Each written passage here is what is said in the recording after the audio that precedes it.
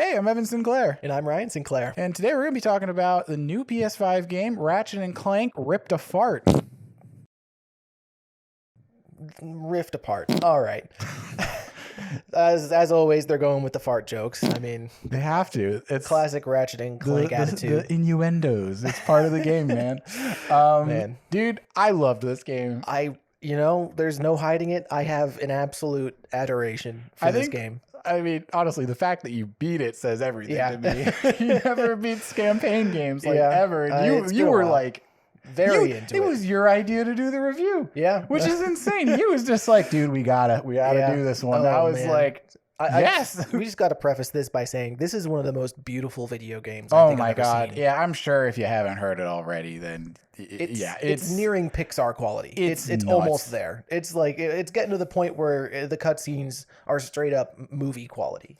You know? Yeah, and I also think that we should say that we played it on performance mode, so we didn't have like the full scope of the graphics. Entire 4K. Give me that 60 FPS, baby. That is give smooth. it to me. Yeah, and also the art style and the individual aspects to each level and each planet ties in super well with each planet's lore and how it affects the story and the new characters that you meet on those planets. It's really just such a fucking package. I just cannot believe how well they tied all of this together. Yeah. It looks gorgeous. Every place you go feels meaningful and exciting because, it's so, not only is it so great to look at, it's great to feel like you're in a new zone and advancing the story with different characters and seeing different sides of new things. It's just great. The main draw of this is the dimensional rifts and like just all of the scenes where you are just like flying through like dimensional rifts, like just going from planet to planet, made incredible use of the PlayStation 5's SSD. It was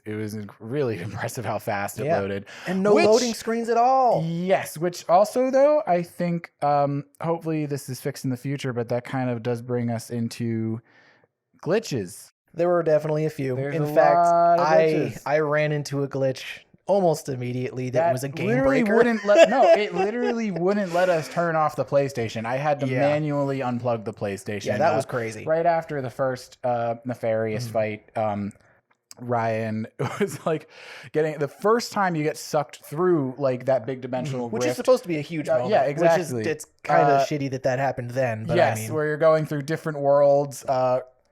Ratchet just kept going. Just kept spinning. That's the end of the story. Nothing else opened up for Ryan, and I remember him just sitting there because I had beaten it at this point, and Ryan just like, I was like, is this supposed to happen? Yeah, and then it wouldn't let us turn off the PlayStation. So there was moments like that. I had a couple times where I had to shut the game off because of things like that, but nothing as bad as that one. But the other thing that I noticed was it was kind of easy to get stuck on things or like lodged in corners. Yeah, that happened to me multiple times where I was like jumping around and platforming, and then like you'd get stuck between like an environment in a box or something. Your character would kind of be like endlessly falling until you had to like get out of it. And I was always able to get out of those situations, which is good. I never had to like reset or go back to a checkpoint. It isn't something you want to see in a game that's so gorgeous and immersive with those little moments like that. And those are all things that can be patched out, but to have that on launch was not and fun. I mean, in the grand scheme of things, that's a hiccup. That's a hiccup in an otherwise beautiful piece of art that really has not much problems with it. Gameplay wise, it is very fun. The biggest complaint that I have about it, honestly, is a lot of the Ratchet and Clank games have a lot of, I think, really wacky guns, and this one I don't think took advantage of that enough. Yeah, there weren't too many, funny weapons. Yeah, it didn't really. I don't know. I wanted like a sheepinator. I wanted like even the electric whip wasn't there, which like things like that I think would have been nice, because I think really when it comes down to it, most of the guns were either assault weapons or kind of grenades or there were a lot of glove grenade, throw something that deploys something else type of guns. Or variations of a pistol essentially. or like assault weapons. And it really always came down to just like one of those three things, where I kind of feel like that the other ones might have had a bit more variety in that. And I was a little let down by that. But the way that I was playing it was every time I got a new weapon, I would like kind of rotate the newer weapons I had got and try to get them to level 5 and then move on to the next one. And something that I noticed was it had a very great pace of timing out. And I guess the game just kind of like assuming that you would have a level 5 assault weapon by a certain point and then introducing a new assault weapon in the vendor by then. Yeah. I noticed that that was always very well timed, and I thought that that was really cool. But yeah, once again, I would have liked a bit more weapon variety. I think that they could have spiced that up a bit, which would have been nice. And also, I don't know how you felt about this, but, and this could just be nostalgia and like my memory being wrong, but I always remembered the level 5 variants of weapons being a lot more significant than the ones in this one. Honestly, I felt like sometimes I would get to the upgraded version and I'd be like, what's different? I can't tell. You know, I see that the name is different, but I actually, I don't know, the shatter bombs, I don't know what changed. Those ones I think had a little extra explosion effect to it. I'm pretty sure that was an upgrade that you do in the skill tree, I thought. Maybe I'm wrong. I don't know. Either way, but that's sort of the point. You know, the fact that it's not that obvious is definitely kind of a letdown. Yeah, and I really always felt like it was obvious in the other ones. But yeah. That could be my memory. You know, you're a little kid and you're just like, whoa! While we're on gameplay, there is one criticism that I had revolving around the enemies that you face. I definitely enjoyed the diversity in enemies. Like we have the pirates, all of the minions of Nefarious, and all these other different, you know, critters. But I feel like they overutilized the sweeping laser technique.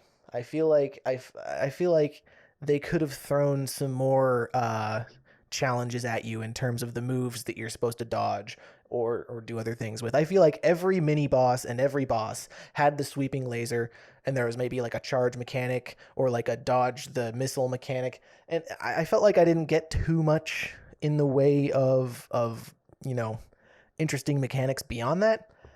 And that really, I mean, not that it wasn't really a mark against that, because I still felt like I had a lot of options to deal with those things.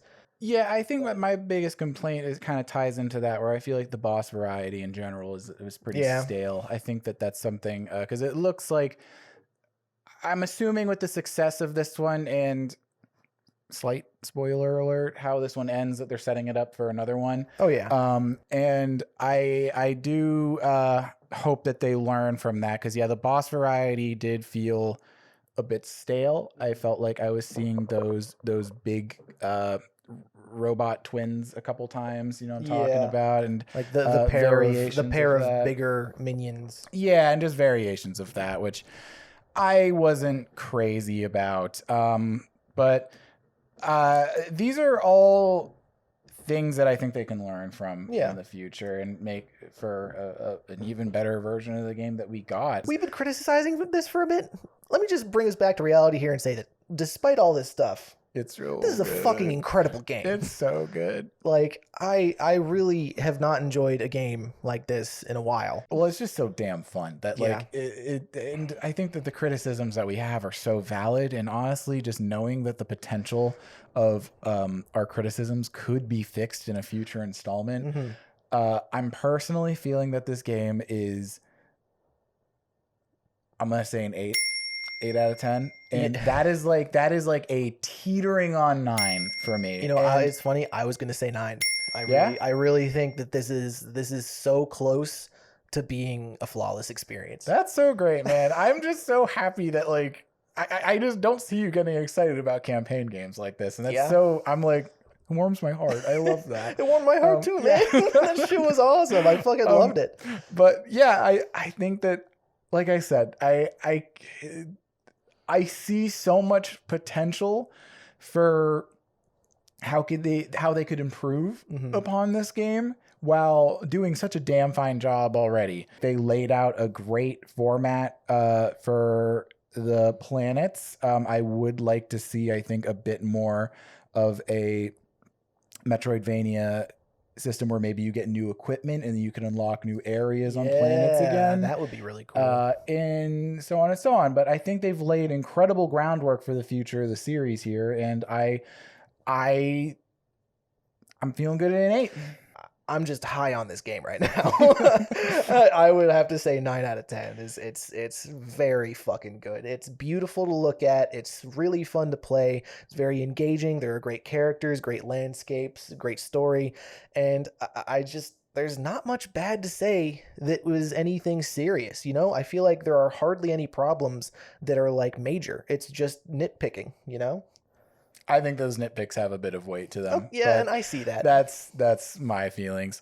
But anywho, hey, thank you for joining us today, guys. If you can somehow get your hands on a PS5, this is the title to get. An absolute must. Yeah, it really is. It is one of the best reasons to own a PS5 right now, and that is coming from someone who is a Demon's Souls diehard. So, hey.